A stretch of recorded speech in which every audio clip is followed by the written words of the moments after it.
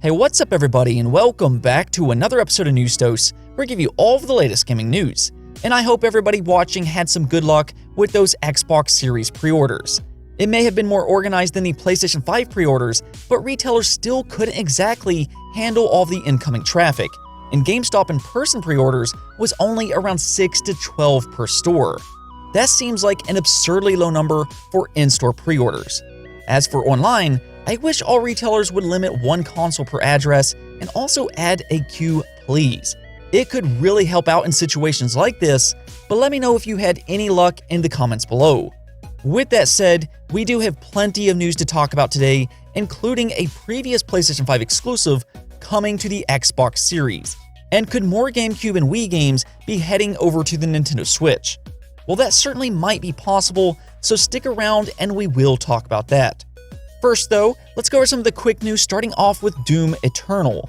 So Doom Eternal did release on the Xbox One, PC, and PlayStation 4 earlier this year, which truly that is a fantastic game. Probably one of the best first-person shooters of the entire generation, but Nintendo fans are still anxiously waiting to play the next Doom game on the Nintendo Switch. The question is that even though we know Doom Eternal is coming to the Switch, when will it actually release? Because we really haven't gotten any concrete information thus far. Well, the good news here is that we did get a small update for Doom Eternal, and it looks like we won't be waiting for too much longer to get an official reveal. At PAX Online, the executive producer noted that it is very close and that they will be showing it in the not-too-distant future. He did say that they're trying to be very uncompromising, which could explain the long wait for Nintendo fans. But honestly, I see that as a good thing. That just means that they're trying to ensure that Switch owners gets a great port, rather than just a simple cash grab. I think Switch owners can certainly appreciate that, though as to when they will actually reveal it, because this is a really big game, I'm thinking Nintendo will hold another Nintendo Direct third-party showcase, hopefully next month. Nintendo has been pushing out more of those Nintendo Directs recently, so maybe, just maybe, we get another Nintendo Direct next month. I mean, if we're really lucky, they may even have another holiday game prepared for us. Maybe they don't, but if they somehow manage to get Doom out this year, that would be a nice holiday game alongside Pikmin and the 3D Mario collection. Now, unfortunately, I do have some not so good news for the Nintendo Switch as well. So we talked about this yesterday, but the Mass Effect Trilogy remaster leaked online once again. But what was interesting was that it was being listed for the Nintendo Switch alongside the Xbox and PlayStation. Well, according to the VentureBeat journalist and well-respected insider Jeff Grubb, sadly the Mass Effect Trilogy will definitely not be coming to the Switch, or at least at launch. There is a chance it may happen later on, but he seems pretty confident it will not be there at launch. He did say that EA has multiple games in development for the Switch though, but this just isn't one of them. I mean, I guess at least EA will have some games coming to the Switch eventually, but still, Mass Effect on the Switch is such a no-brainer. I personally think it would do extremely well on there, and this is such a missed opportunity on EA's part if it truly skips out on Nintendo. It is EA though, so I'm not overly surprised either. I've kind of given up hope on them making logical decisions, but it is what it is. Now, with that said, do keep in mind that this has not been confirmed yet, and who knows, maybe Jeff Grubb is wrong here. He is a well-respected insider, but as always, take this news with a grain of salt. Moving on, Xbox Game Pass just added cloud streaming a week ago, where you can play Xbox Game Pass games on your phone without the need of an Xbox. This is a great addition to Xbox Game Pass and a feature I've used extensively. It actually works really well, but it is recommended to use 5G routers and modems if you are planning on streaming games to your phone. That's something that I feel like a lot of people don't actually know, but 5 GHz is recommended and in my case absolutely needed. The thing is though, right now it's only available on Android, and unfortunately it has yet to come to Apple devices. This really is because of Apple's policies, and ex-boss Phil Spencer says this is because Apple will not allow game streaming apps in the way Game Pass is built for other platforms. This has led to some frustration from Apple fans, and some are even wondering if they should give up on this ever happening at all. The good news here is that Phil Spencer did say that they are continuing that conversation. and that he is sure that they will get some resolution. So he does sound very confident here, and hopefully he's right. I certainly don't like Apple's policies on this stuff, but I do hope that all of you can enjoy xCloud very soon on your Apple devices. In other news, we got a new update on the upcoming Assassin's Creed Valhalla. Now, Valhalla has been rather interesting to follow in terms of exactly how this game is going to run on the Xbox Series and the PlayStation 5. I mean, months ago when Assassin's Creed Valhalla first got revealed, Ubisoft didn't really seem to be too sure if they would be able to achieve both 4K resolution and 60 frames per second. Well, that didn't exactly go over too well with the game community, and there was a huge controversy surrounding this game and some concern for next generation. But luckily, it was confirmed months later that Assassin's Creed will run at 4K resolution and 60 frames per second on the Xbox Series X. Even then though, there was still that question about the PlayStation 5 version. Well, I'm happy to say that the PlayStation 5 version looks like it will also be running at 4K 60 frames per second. Now, there still is the question if this is native 4K on both consoles or if it's fake, because studios do have a tendency of marketing games at 4K even if they're using a checkerboarding method to upscale. But I do imagine we will get an in-depth analysis from Digital Foundry when it does release, so we will have to pay attention to that. It will be very interesting to see the side-by-side analysis though for pretty much all games next generation. Regardless, I am very happy to see it will be set to 4K and 60 frames.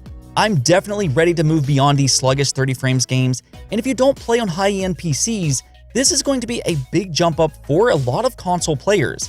It's actually really hard to go back to games that are running at 30 frames per second when you are used to 60 frames.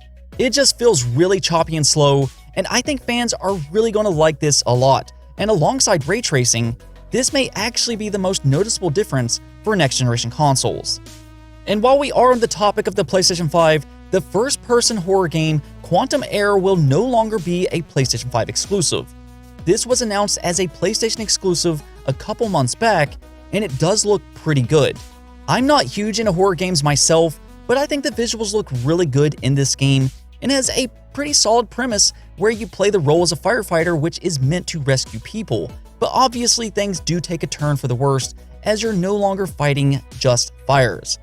Well, it will now also be coming to the Xbox Series in a simultaneous release, which is all around very good news.